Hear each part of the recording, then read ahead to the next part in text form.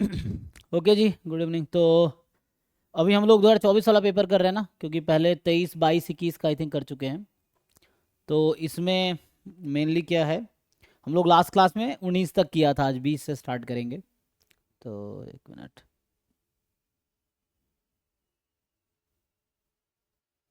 ठीक है ना।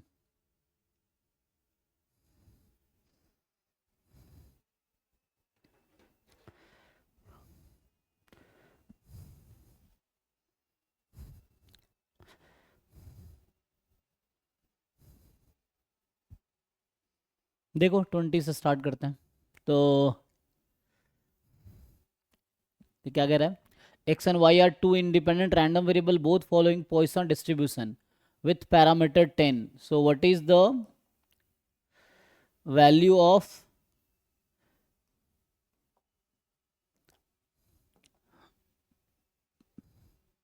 ये तो आसान है ना, तो इससे हो जाएगा। देखो विजिबल है पूरा, तो विजिबल नहीं है तो जी सर। हाँ हाँ, एक मिनट। तो यहाँ पे थोड़ा सा वो होगा, ऊपर वाला कट रहा होगा।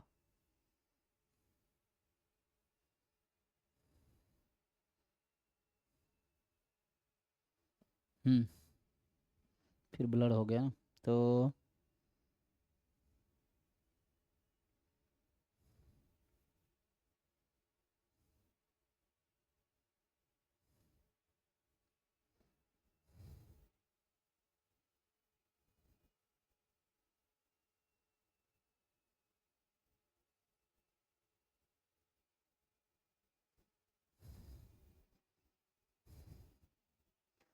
हम्म तो suppose X and Y are two independent random variable both following Poisson distribution. तो यहाँ पे ऐसा है ना, तो एक्स वाई जो है आईआईडी पॉइसन 10 है। तो हमें चाहिए expectation of X minus Y का होल स्क्वायर। तो आसान है, इसको ऐसा लिख सकते हैं, variance of X minus Y plus E of X minus Y whole square. E of X minus Y तो जीरो हो जाएगा, है ना। तो यहाँ से ये जीरो हो जाना, क्योंकि दोनों का मीन तो सेम ही है। तो ये हो गया जीरो, तो variance of X minus Y चाहिए, ठीक है ना। तो ये हो गया जीरो, इसको हटा देते हैं। Variance of X minus Y को लिखोगे variance of X plus variance of Y. और चूंकि दोनों इंडिपेंडेंट है तो कोवेरिएंस जीरो होगा, चेक कर लो। So variance X plus variance Y, so मतलब 10। और पॉइसन में 10 है, तो पॉइसन में मीन वेरिएंस सेम ही रहता है, 10 10। सो 10 + 10, तो ये 20 होगा जी। चेक कर लो एक बारी, आसान है ना ये तो। देख लो।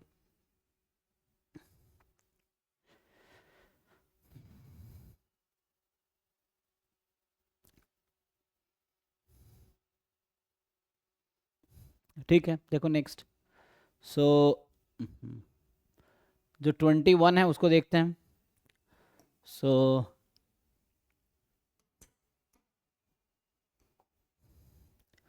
21 क्या कह रहा है, फिर से 21 विजिबल है तो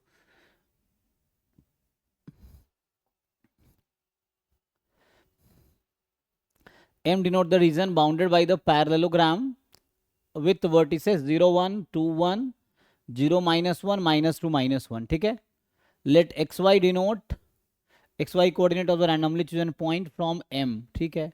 So consider the following statements. The marginal distribution of x is uniform this, E of xy is this, है ना, x and y are independent, okay। सो देखो अभी के लिए क्या होगा, M denote the region bounded by, तो थोड़ा उधर सॉल्व करते हैं इसको। देखो ये सॉल्व कर सकते हो, आसान है ये भी।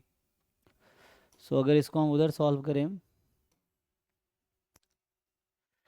फिर हम डिसाइड करेंगे क्या सही क्या गलत। थिंक इसको देखो। तो तो हमें ये क्वेश्चन सॉल्व करना है, ठीक है। चलो इधर रखते हैं कॉर्नर पे। अब इसको ट्राई करके देखो क्या होगा।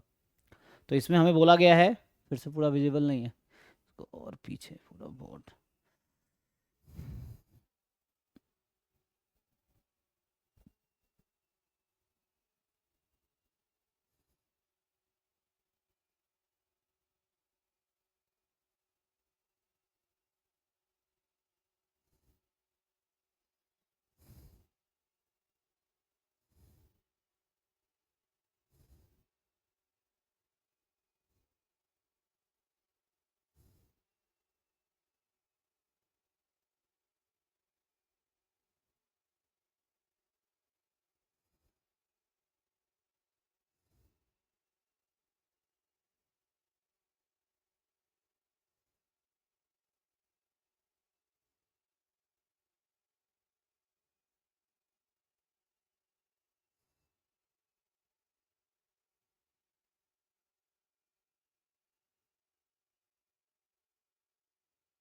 ठीक है, विजिबल है ना।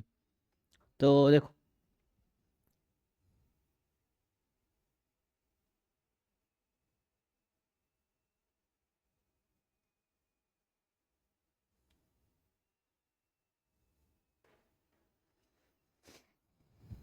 क्या कह रहा है ये कि M denote the region bounded by, है ना, parallelogram with vertices this. So बना लो ग्राफ। सो अगर मैं इसका ग्राफ बनाऊं तो ये होगा क्या है, 0 1, है ना। ये ग्राफ इधर बना देता हूँ।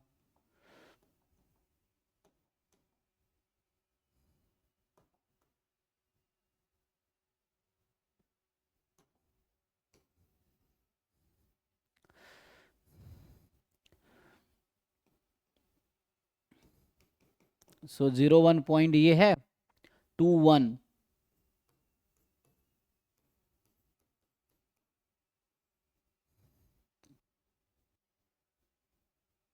ये होगा जी। तो आगे 0 - 1, x0 y - 1, तो यहाँ बना लो ये पॉइंट है। एंड -2 - 1, अच्छा एक मिनट, -2 - 1, सो x -2 - 1 ये होगा। तो इसको ज्वाइन कर लो, आई थिंक इसको ज्वाइन कर लो और इसको ज्वाइन कर लो, ऐसा कुछ है। देख लो, रफली ग्राफ बना रहा हूँ। तो मे भी यहाँ से पास करेगा तो इंटरसेक्शन पॉइंट पता चल जाएगा। तो ये जो पॉइंट है आपका 2 1 है, ये 0 1 है, ये -2 - 1 है, और यहाँ पे ये आपके पास जो है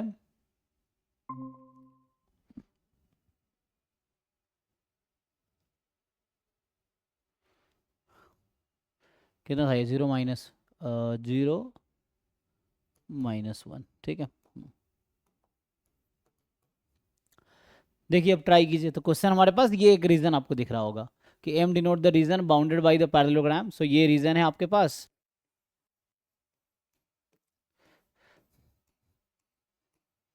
है ना। सो ये पैरेललोग्राम है जिसकी बात कर रहा है। Now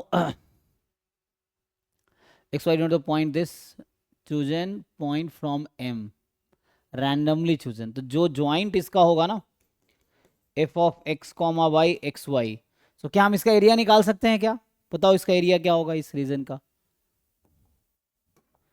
you find area. जैसे ये तो, है ना, वैसे तो ये 90 डिग्री है, तो ये राइट ट्रायंगल है, ये भी राइट ट्रायंगल ही होगा। तो एरिया निकालो, उसका एरिया कितना आएगा। और ये लाइन है y = 1, है ना। जैसे ये लाइन है y = इसका ग्राफ भी निकाल सकते हैं, क्योंकि 0 1 -2 - 1 और यहाँ पे था -1 0, है ना। सो y = x+1। सो ये जो ग्राफ होगा y = x+1 ये आएगा आपके पास। एंड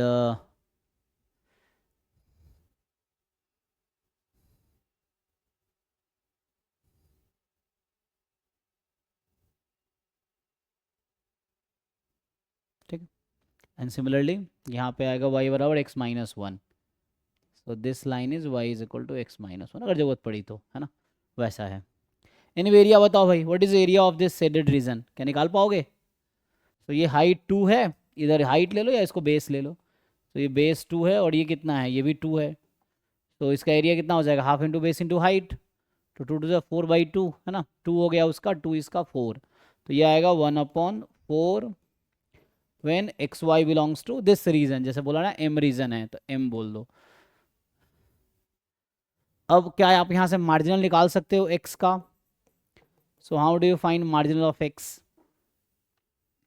ये यूनिफॉर्मली डिस्ट्रीब्यूटेड है ना, तो आपको पता होगा कैसे होता है यूनिफॉर्मली में।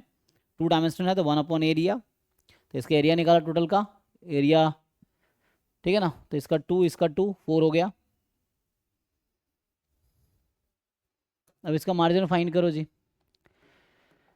सो when you will find marginal, I think 2 part में मार्जिनल निकलेगा, है ना, क्योंकि इस पार्ट में जब हम इधर बात कर रहे होंगे हमें एक्स का मार्जिनल चाहिए,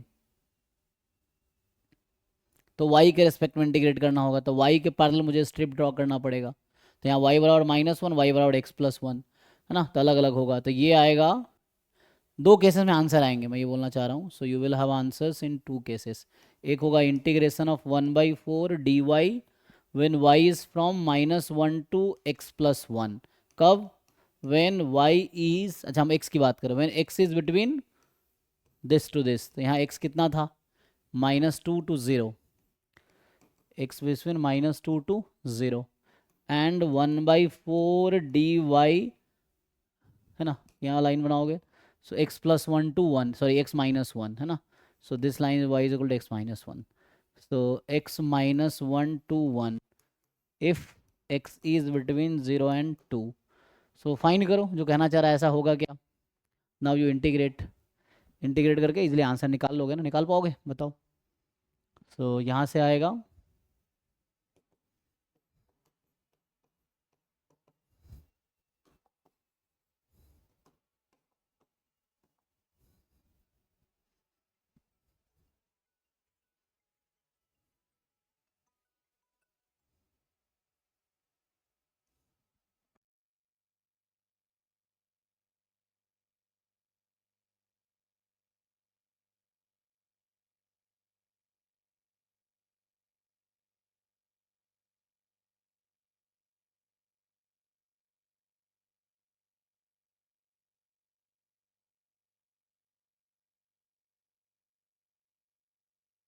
हाँ. बताओ भाई, what is margin of x, निकालो उसको, इंटीग्रेट करके बताओ कितना आएगा. यूनिफॉर्म तो नहीं आएगा है ना. अगर यूनिफॉर्म -2 से 2 होता तो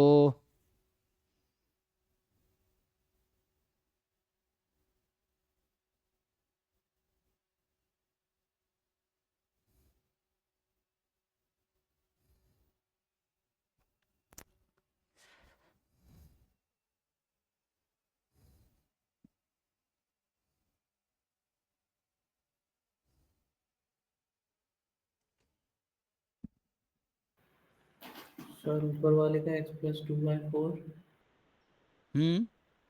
और नीचे वाले का 2 - x/4.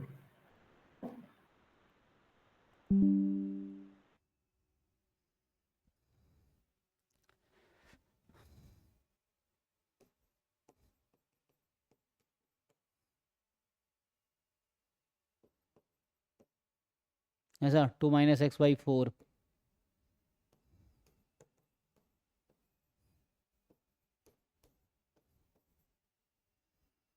तो क्वेश्चन ये है, तो चूंकि y का भी सेम ही आएगा, अगर तुम सॉल्व करोगे तो y का भी यही आएगा, ठीक है ना. मतलब x एंड y यहाँ आइडेंटिकली डिस्ट्रीब्यूटेड होगा, क्योंकि हमने x के रेस्पेक्ट में अभी y के रेस्पेक्ट में इंटीग्रेट किया है. x के रेस्पेक्ट में इंटीग्रेट करते तब भी यही होता. तो इनफैक्ट यहाँ x और y जो है वो आइडेंटिकली डिस्ट्रीब्यूटेड है, इंडिपेंडेंट नहीं है ना, बट आइडेंटिकली डिस्ट्रीब्यूटेड है. तो y का भी पीडीएफ यही आएगा. अब पहला क्वेश्चन ये पूछ रहा था कि marginal distribution of x is uniform -2 2. तो ये तो फॉल्स हो गया. So first statement is false, ठीक है ना. तो पहला फॉल्स हो गया. सर y का सेम नहीं आएगा. हाँ सर सॉरी, y का सेम निकालना पड़ेगा ना. ओ निकाल कर करना देखो क्या पड़ेगा. आता है. मतलब अच्छा यहाँ पे, ओ सॉरी सॉरी, यहाँ पे जो है, क्योंकि रेंज सेम तो नहीं होगा ना, तो थोड़ा अलग आएगा, रेंज सेम तो नहीं आएगा. उसकी वजह ये है कि y चूंकि वैरी कर रहा है -1 से 1 में, और x वैरी कर रहा था -2 से 2 में. हाँ सेम तो नहीं आएगा, मतलब उसमें रेंज होगा जी, एक बार आएगा हमारे पास, क्योंकि इस तरह से ब्रेक करना. अच्छा मतलब डायरेक्टली आ जाएगा. चलो निकालो जरा देखते हैं. तो fy ऑफ y में आपको क्या करना होगा, हमें 1/4 को x के रेस्पेक्ट में इंटीग्रेट करना है नहीं. तो यहाँ तो आसान है ना, क्योंकि यहाँ एक स्ट्रिप में ही काम हो जाएगा. ओके, तो x के पहले लाइन ड्रॉ करेंगे. तो x की वैल्यू y-1 से y+1. अच्छा y-1 से y+1 ये होगा जी, देख लो एक बारी. y-1 से y+1 होगा x की वैल्यू. एंड भाई इंटीग्रेट करना था इस रीजन पे. सो ये सिंपली कितना आ गया, 1/4 आ गया, ये 2/4 ना. y में दिस 2/4 मतलब 1/2 व्हेन y बिटवीन -1 and 1. तो यहाँ ये सही है. तो इसका मतलब you can say yes y जो है वो यूनिफॉर्म -1 से 1 में है, but x is not. Okay ठीक है. ठीक है ना. वो मैं सोच रहा था कि सिमेट्रिक है तो सेम हो जाएगा, लेकिन ऐसा है नहीं यहाँ पे. मतलब होता है कि इंटरचेंजेबल रैंडम वेरिएबल है तो उस केस में सेम आता है, यहाँ इंटरचेंजेबल तो नहीं है ना। तो अब सोचो तो पहला फॉल्स हो गया ना, कहने मतलब फर्स्ट स्टेटमेंट फॉल्स हो गया। तीसरा स्टेटमेंट बात करते हैं, एक्स वाई इंडिपेंडेंट है, तुम्हें लगता है इंडिपेंडेंट है एक्स वाई? यहाँ पे एक्स वाई इंडिपेंडेंट कब होता, जब marginal of X into marginal of Y is equal to joint of X Y. तो यहाँ तो ऐसा है नहीं, क्योंकि 1/2 को अगर हम इससे मल्टीप्लाई करें तो ये तो नहीं आने वाला 1/4, या ये तो नहीं आने वाला। तो कहने का मतलब यहाँ ऐसा नहीं है। तो इससे ये समझ आ गया कि x and y are not independent. तो तीसरा स्टेटमेंट भी फॉल्स हो गया, पहला फॉल्स है, तीसरा फॉल्स है। अब दूसरा स्टेटमेंट बताओ तुम लोग। सो दूसरे में क्या करोगे, ये भी आसान है ना। सेकेंड वाला अगर तुम लिखोगे कि आपको e ऑफ एक्स वाई चाहिए, so you know what to do, double integration, sorry x into Y ना, x इंटू वाई चाहिए, तो x into Y joint PDF है 1/4 dx dy, इंटीग्रेट करो रीजन m पे, इंटीग्रेशन आता है, इस रीजन पे इंटीग्रेट कर पाओगे। तो अगर x की लिमिट अगर हम पहले ही लिख दूं, मैं अगर x की लिमिट लिख देता हूं पहले, तो x यहाँ है y-1 से, सो x यहाँ है y-1 से y+1, और y की लिमिट कितनी है, सो उस केस में आपके पास जो y की लिमिट है वो है -1 से 1 ना, देख लो। तो -1 से 1, जरा ये इंटीग्रेट करके बताओ, मुझे लगता है ये 0 आएगा, चेक करो। ये चेक करना है, मैं ऐसा गेस कर रहा हूँ, क्वेश्चन इज इट 0, ये आपको बताना है सिंप्लीफाई करके। x into Y into 1/4 y-1 से y+1, ठीक है, एंड देन चेक करो 0 आएगा कि नहीं आएगा। तो उससे सेकेंड, तो फर्स्ट और थर्ड मैंने चेक किया, सेकेंड आपको कैलकुलेट करके डिसाइड करना है कि उस इंटीग्रेशन का आंसर 0 है या नहीं है, एंड देन हम आगे डिसाइड करेंगे, बताओ।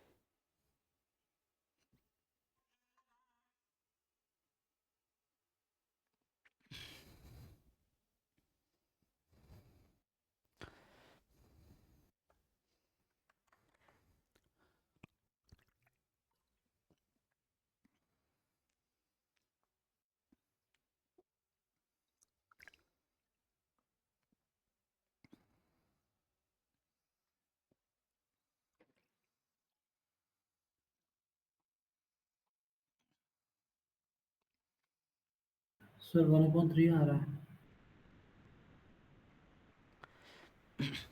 क्या आ रहा है, जीरो जीरो नहीं आ रहा है, नहीं सर, जीरो नहीं नहीं आ आ रहा, ओ फिर तो तो जीरो नहीं आ रहा है, कितना आ रहा है, 1/3। 1/3, बाकी लोग वेरीफाई करना जी, तो मैं इस पे भरोसा करता हूँ। तो 1/3 है, तो इसके हिसाब से पहला हमारा फॉल्स था, मतलब तीनों फॉल्स हो गया फिर तो, है ना, ऑल थ्री आर फॉल्स, देख लो। तो इसका ये मतलब हुआ कि हमने जो भी चेक किया है इसमें ये फॉल्स है, यूनिफॉर्म -2 तो नहीं था एक्स का, ई एक्स वाई 0 भी नहीं आया, एक्स वाई इंडिपेंडेंट भी नहीं आया। तो कह रहा है कौन सा करेक्ट है, 2-3 करेक्ट है, only 2 correct, only 1, none of the statement true, तो देन डी ऑप्शन करेक्ट है यहाँ पे, ठीक है। चलिए इस पे आते हैं। तो नेक्स्ट इज 22। 22 आपका कह रहा है यहाँ पे कि suppose x I R I I D Poisson random variable with standard deviation 2। अच्छा, ओके, सो एक्स आई जो है पॉइसन लैम्बडा है, लेट से। सो यहाँ ये कहना चाह रहा है स्टैंडर्ड डेविएशन 2, सो वेरिएंस कितना होता है लैम्बडा, तो वेरिएंस 4 हो जाएगा, क्योंकि स्टैंडर्ड डेविएशन इसका रूट लैम्बडा होगा। तो यहाँ से स्टैंडर्ड डेविएशन 2 है, लैम्बडा 4 आएगा, कहने का ये मतलब है मेरा। सो लैम्बडा चेक कर लो एक बारी, ठीक है। सो एक्स आई पॉइसन लैम्बडा है और स्टैंडर्ड डेविएशन इज 2, तो लैम्बडा जो होगा वो 4 आ गया, मतलब पॉइसन 4 हो गया, ठीक है। और आपसे पूछा as N tends to infinity, तो आप लोगों ने एक थ्योरम पढ़ा होगा weak law of large number, सीधा सीधा उस पे है। तो इसको अगर मैं ओपन करूंगा तो ये है क्या? So this is something like summation X I square minus 1/n, नहीं 2 बाहर कर लो, 2/n समेसन एक्स आई, यही है। सो आप लोग जानते होंगे weak law of large number कहता है this converges in probability to E X and this converges in probability to E X square. तो यहाँ पे ई एक्स तो 4 है क्योंकि पॉइसन एक्स जो, मतलब एक्स में पॉपुलेशन को बोल रहा हूँ, सो पॉइसन 4 है। ये कितना आएगा? वेरिएंस प्लस मीन स्क्वायर, सो वेरिएंस प्लस मीन स्क्वायर, सो ये आ गया 20। तो ये 4 है, ये 20 है आपका, ठीक। अब इसको यहाँ पुट कर लो, तो ये था, तो ये सेम ही है। So this will converge in probability to, ये तो एज इट इज़ है, तो एज इट इज़ आ गया 20 माइनस 2 टाइम, क्योंकि यहाँ 2/n है, सो 2 टाइम, और ये आया 4। सो कहने का मतलब 20 में से 8 गया, 12 is the answer, 12 is the answer. Check कर लो एक बारी। Okay, simple weak law of large number है ना, थ्योरम जो है उस पे है ये।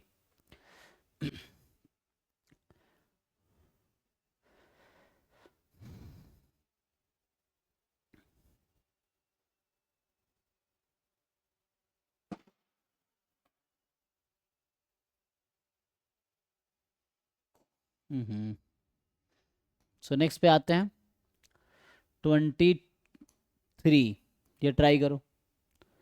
सो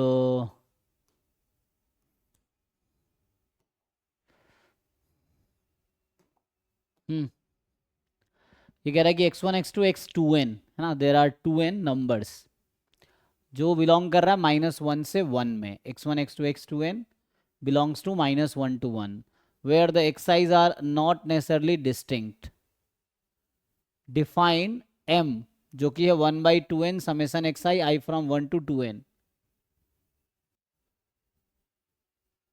s square 1/2n i from 1 to 2n xi minus m का होल स्क्वायर, ठीक है।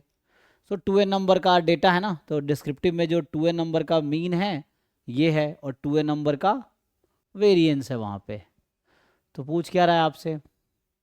अच्छा, जहाँ पे Xi's are not necessarily distinct है ना, कुछ इक्वल भी हो सकता है। तो अब आपसे पूछा जा रहा है कि S square max denote the maximum possible value of S square that can take over all such x1 x2 x2n। Okay, तो मतलब एस स्क्वायर की मैक्सिमम वैल्यू क्या हो सकती है ये पूछना चाह रहा है। And based on the above information आपसे पूछ रहा है कि so based on the above information choose the false statement from the options given below, यही है। सो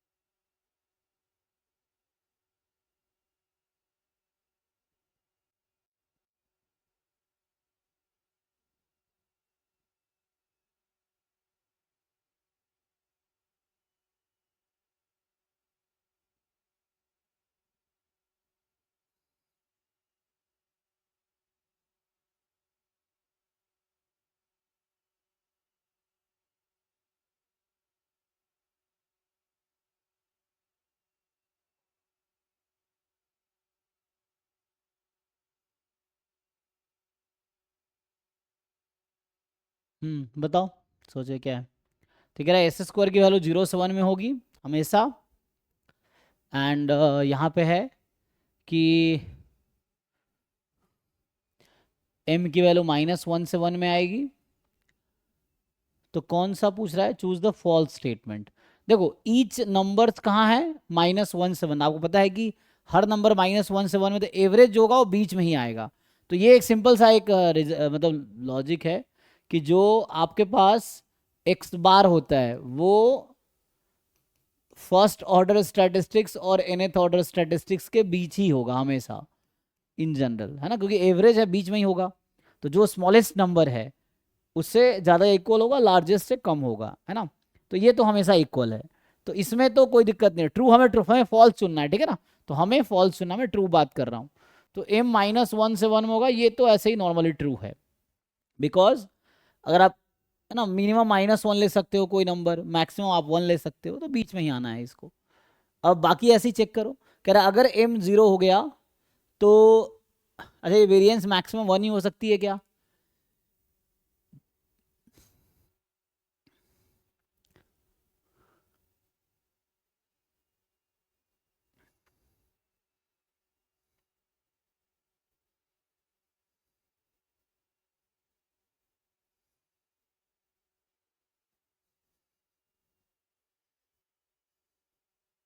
कह रहा है m 0 अगर है तो s² और मैक्सिमम s² के इक्वल ही आएगा।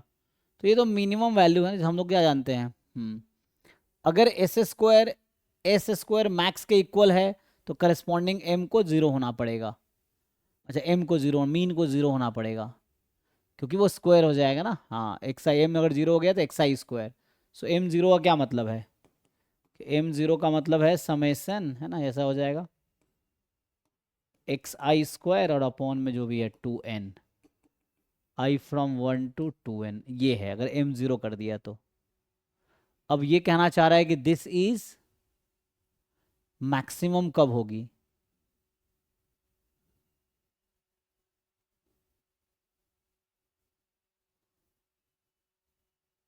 हम्म तो इसकी जो मैक्सिमम वैल्यू आएगी वो s² की एक्चुअल वैल्यू के इक्वल आएगी। Corresponding s² is equal to s² max.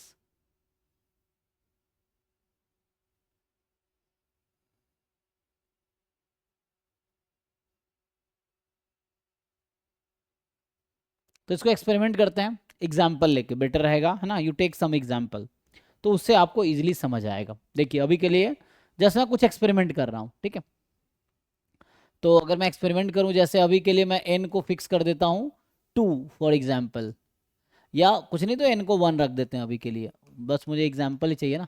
तो n को मैंने 1 रख दिया, ऐसा कुछ कहा नहीं n 1 नहीं हो सकता, है ना। तो n को 1 रख दिया, तो मेरे पास नंबर होगा x1, x2 क्वेश्चन के अकॉर्डिंग, ठीक है। सो x1, x2 जो कि -1 और 1 के बीच होगा। So for the time being x1 is -1 and x2 is 1, ऐसा मान लेते हैं। तो देखते हैं क्या होता है। तो यहाँ से अगर आप m निकालोगे जो कि मीन है, तो ये तो 0 आ जाएगा, वैसे आ गया। अच्छा, फिर उस केस में s² निकालोगे तो क्या आएगा, सो s² की जो वैल्यू है पुट करेंगे यहाँ पे आप, सो 1/2 वही हो जाएगा, 1 + 1 2, तो ये 1 आ जाएगी, यहाँ तक 1 आ गई।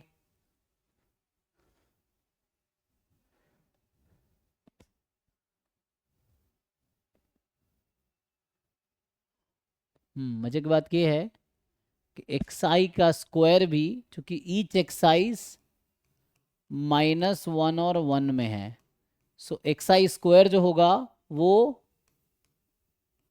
0 और 1 में होगा, यही है पॉसिबिलिटी जी। xi की वैल्यू -1 और 1 में है, तो xi² आपका 0 और 1 में आएगा,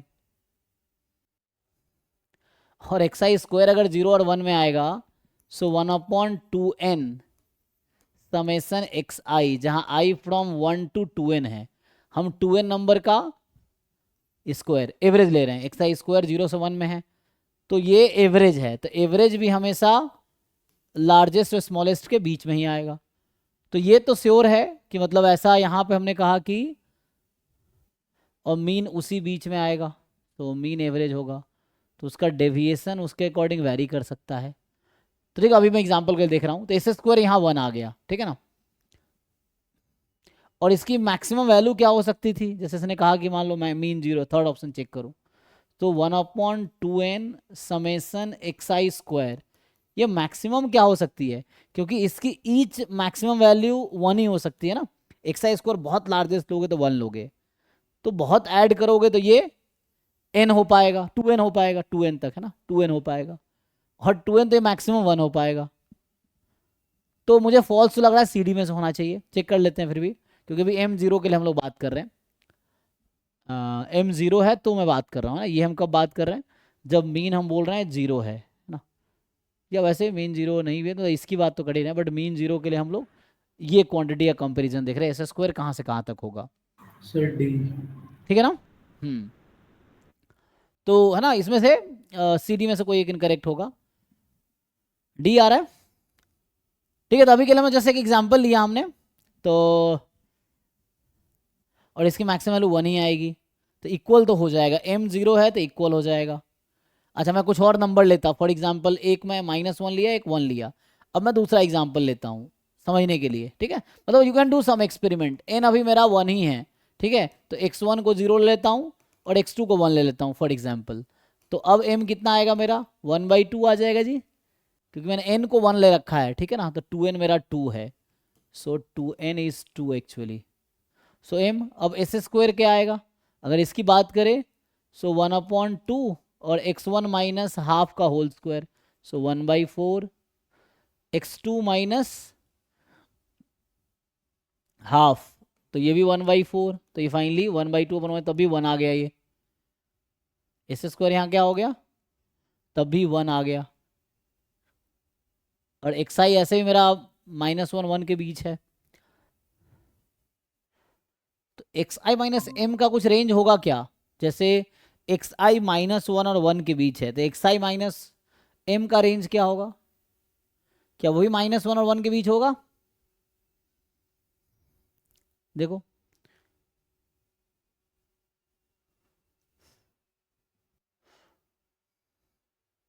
तो जीरो लेंगे जीरो हो जाएगा, -1 लेंगे तो पॉजिटिव हो जाएगा। तो एक काउंटर एग्जाम्पल ढूंढ लोगे काम हो जाएगा, ठीक है। तो हाँ अच्छा, यही तो काउंटर एग्जाम्पल बना दिया मैंने, देखो ये जो मैंने बनाए हैं, ये डी ऑप्शन का काउंटर एग्जाम्पल है कि नहीं, देख लो एक बारी, जी सर। है ना। या फिर ये भी ले लें x1 = 1 x2 = 1।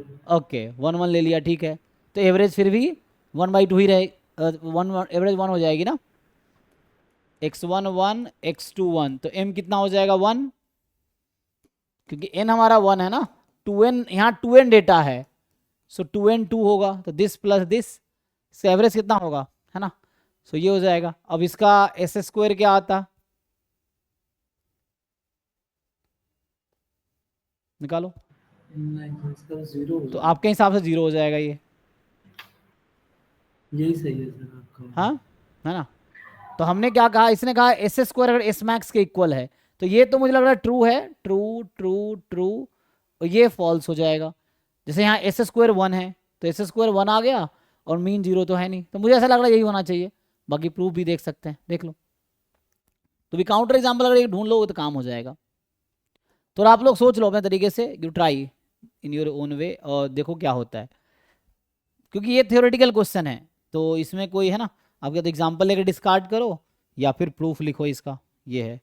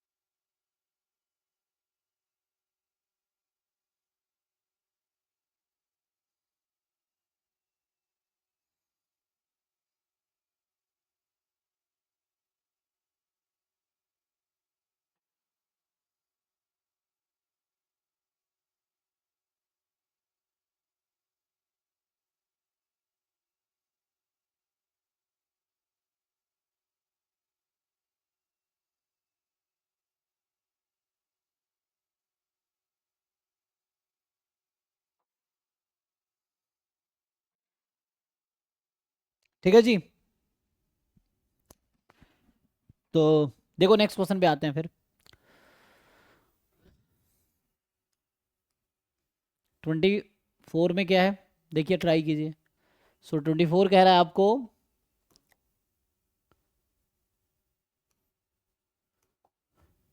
Consider random variable with PMF. तो 1 पे p है ना, 2 पे 3p एंड 3 पे 2p, फिर 6p। तो पूछ रहा है कि वेयर अननोन पैरामीटर्स p है जो कि 1/20 और 1/10 के बीच है। A random sample of size 4 from this distribution yields an observation. अच्छा, आपको ये कुछ ऑब्जर्वेशन दे दिया। What is the maximum likelihood estimate of p based on this observation. तो आपको ये बताओ, can we find the likelihood function. तो यहाँ ऑब्जर्वेशन दे दिया तो हमारे लिए काम आसान हो गया। x1 is equal to 2, x2 is equal to 3, x3 is equal to 2 and x4 is equal to 1। और ये IIDs हैं तो अलग अलग कर लो। तो 2 पे प्रोबेबिलिटी कितनी थी, अलग अलग है ना, तो रैंडम सैंपल अलग अलग कर लो। 2 पे प्रोबेबिलिटी है 3p, 3 पे प्रोबेबिलिटी है 2p, x1 x2 x3 x4 का सेम पीएमएफ है जो दिया हुआ है आपको, तो अलग से कुछ नहीं। और 2 पे प्रोबेबिलिटी है 3p और 1 पे प्रोबेबिलिटी है p। यहाँ से आ गया 18p की पावर 4। और p की वैल्यू कहाँ से कहाँ तक हो सकती है, ये। तो फाइनली कहने का मेरा मतलब ये है कि हमने अभी क्या कैलकुलेट किया, लाइक्लीहुड फंक्शन।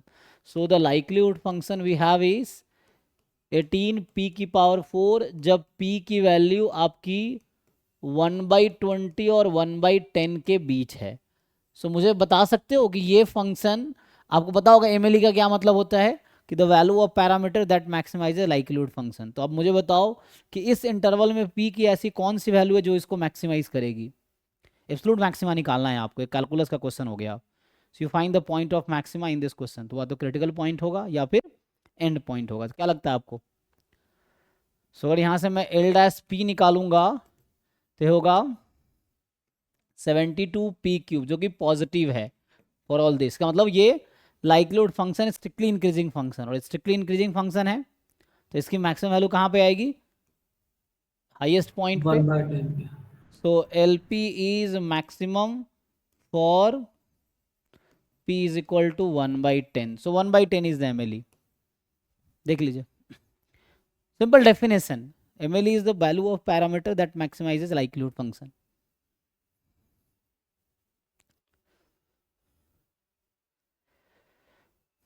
ओके जी, चलिए तो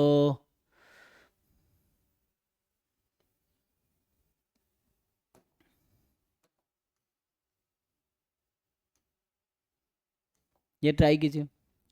suppose that we have observations xi yi zi, है ना। तो हमारे पास 3 ऑब्जर्वेशन है xi yi zi, जहाँ i की वैल्यू 1 से n तक होगी।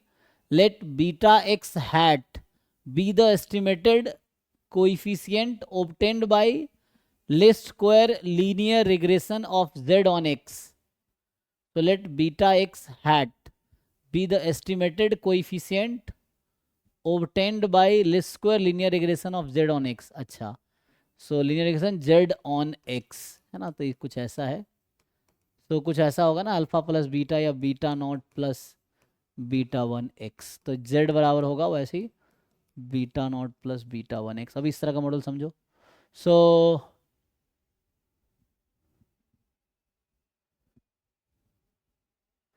विदाउट इंटरसेप्ट, अच्छा बोल रहा विदाउट इंटरसेप्ट। तो विदाउट इंटरसेप्ट का क्या मतलब हुआ कि इंटरसेप्ट नहीं है ना। तो इंटरसेप्ट इसको बोलते हैं, तो इसको हटा दो। तो मतलब z बराबर बीटा 1x टाइप का मॉडल प्लस एप्सिलॉन ले सकते हो अगर ऐसा लिखो ZI। सो ये मॉडल है इसका मतलब, है ना, बीटा 1 बीटा नॉट 0 है अगर विदाउट कह रहा है तो, ठीक है ना। So Y X hat Y sorry gamma X hat gamma Y hat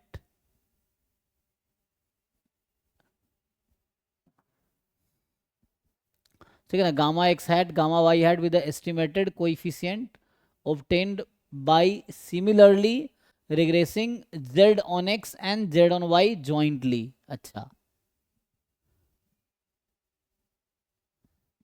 सो इसका लिस्ट स्क्वायर एस्टिमेटर निकाल सकते हो।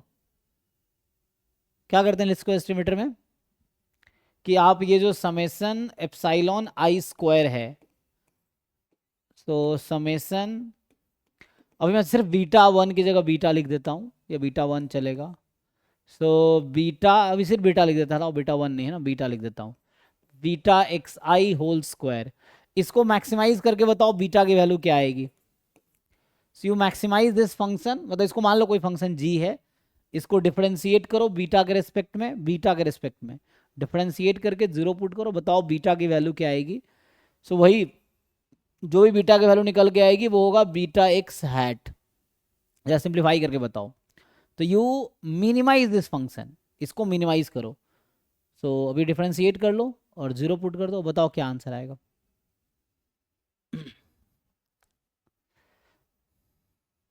उसके बाद आगे प्रोसीड करेंगे। अब ज्वाइंट है, ज्वाइंट वैसे लिखना पड़ेगा, तो फिर आते हैं।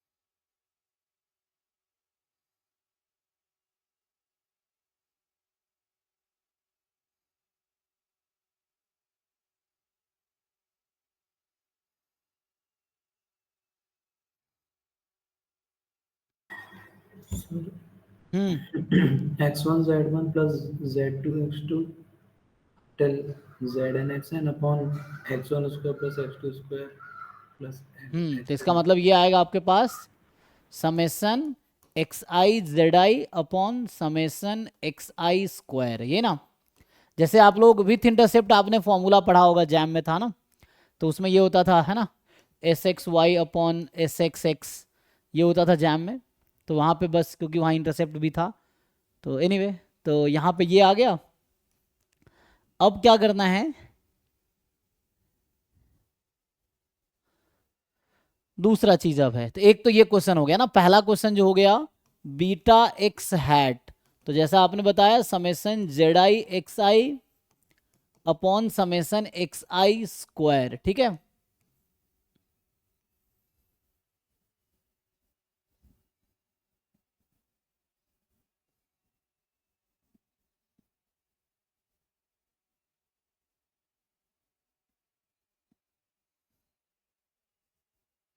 नेक्स्ट क्या है, दिस इज द लिस्ट को estimated coefficient of similar regressing Z on X and Y jointly.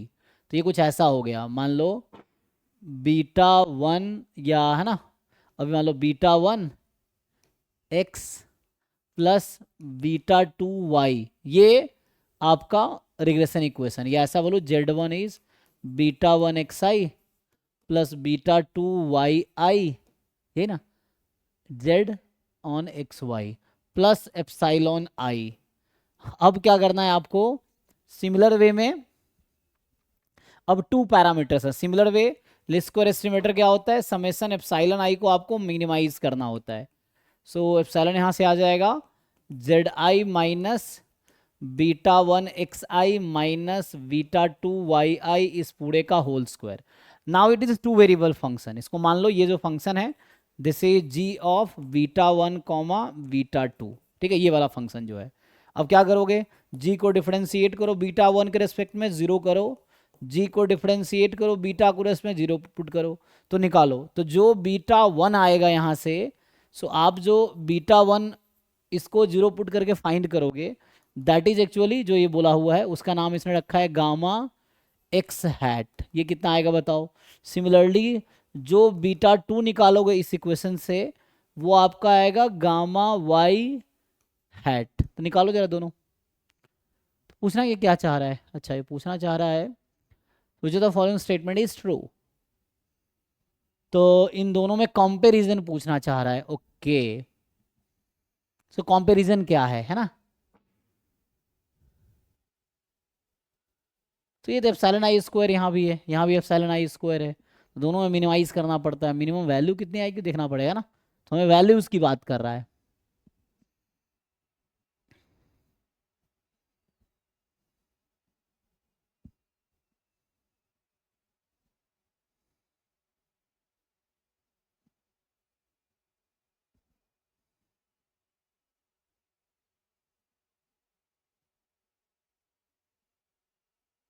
जाओ जरा सॉल्व करो, देखो जरा क्या आता है, उससे पता चलेगा अभी कुछ कुछ डिफरेंट आएगा या सिमिलर ही आएगा। अल्लाह, मुझे लगा ये तो सॉल्व करने की ज़रूरत नहीं है, जिनको डायरेक्ट रिजल्ट्स याद है तो ये समझना है कि मेनली यहाँ पे ना क्या हो रहा था, जो पहला वाला था z बराबर बीटा है ना, जस्ट मैंने x लिख दिया था ना, ये मॉडल था, और दूसरा ये मॉडल है, पहला इक्वेशन ये है, दूसरा ये है। तो क्वेश्चन है क्या कोई इफेक्ट पड़ेगा, ये क्वेश्चन पूछना चाह रहा है, क्या इफेक्ट पड़ेगा, सो दे वांट टू नो कि इफेक्ट क्या होगा। सो यहाँ पे z है ना, एक्स वाई, यहाँ पे दो इंडिपेंडेंट वेरिएबल है, ऊपर वाले में सिर्फ x इंडिपेंडेंट एक इंडिपेंडेंट वेरिएबल था, so what effect will be there.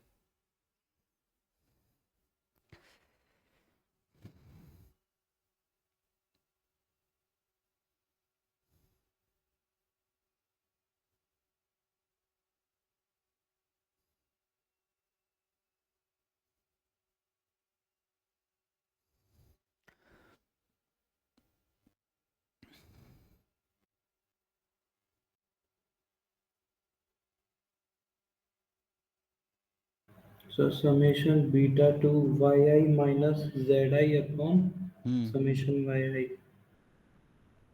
xi. एक मिनट हाँ,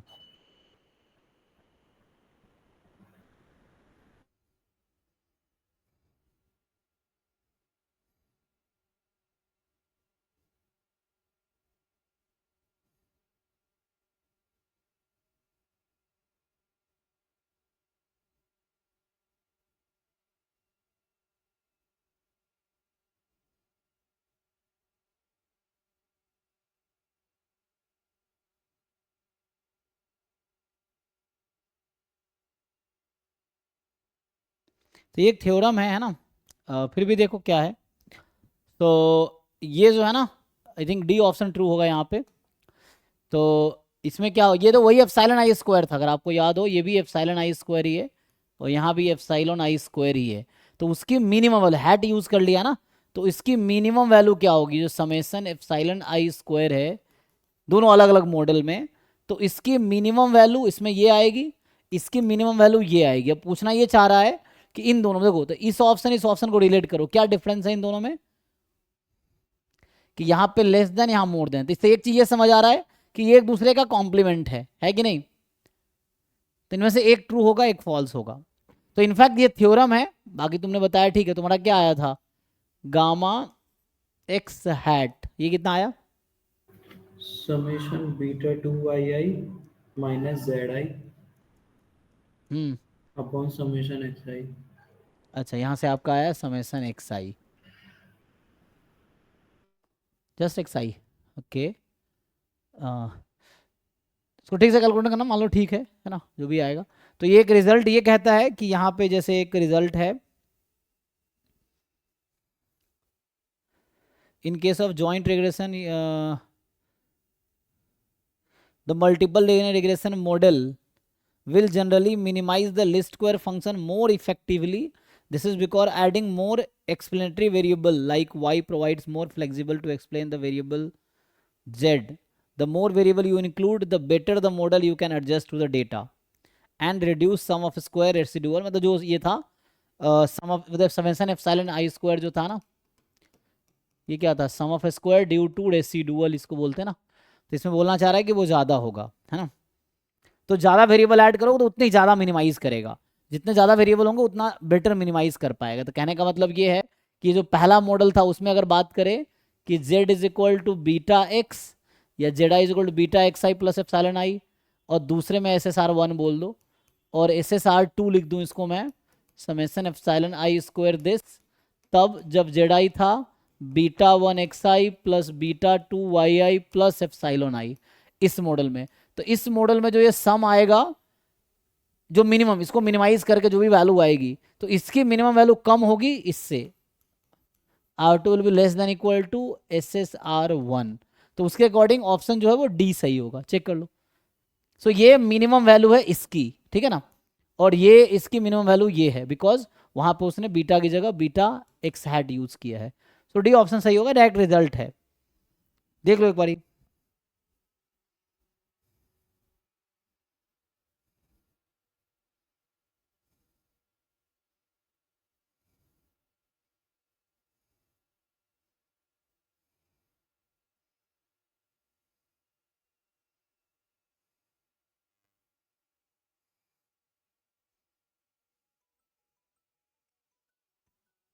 ठीक है, तो अगले क्लास में इसके आगे कंटिन्यू करता हूँ, आज ही स्टॉप करते हैं, नेक्स्ट बैच का टाइम है, ठीक है, thank you. Thank you sir. Sir कल क्लास होगी? नहीं, अब क्लास आई थिंक मैं बता दूंगा, अब क्लास सीधा होगी 20 तारीख को, मैं इन्फॉर्म कर दूंगा ग्रुप में, है ना, 20 या 21 को, ओके क्योंकि सर। अभी मैं बाहर जाऊंगा, ठीक है।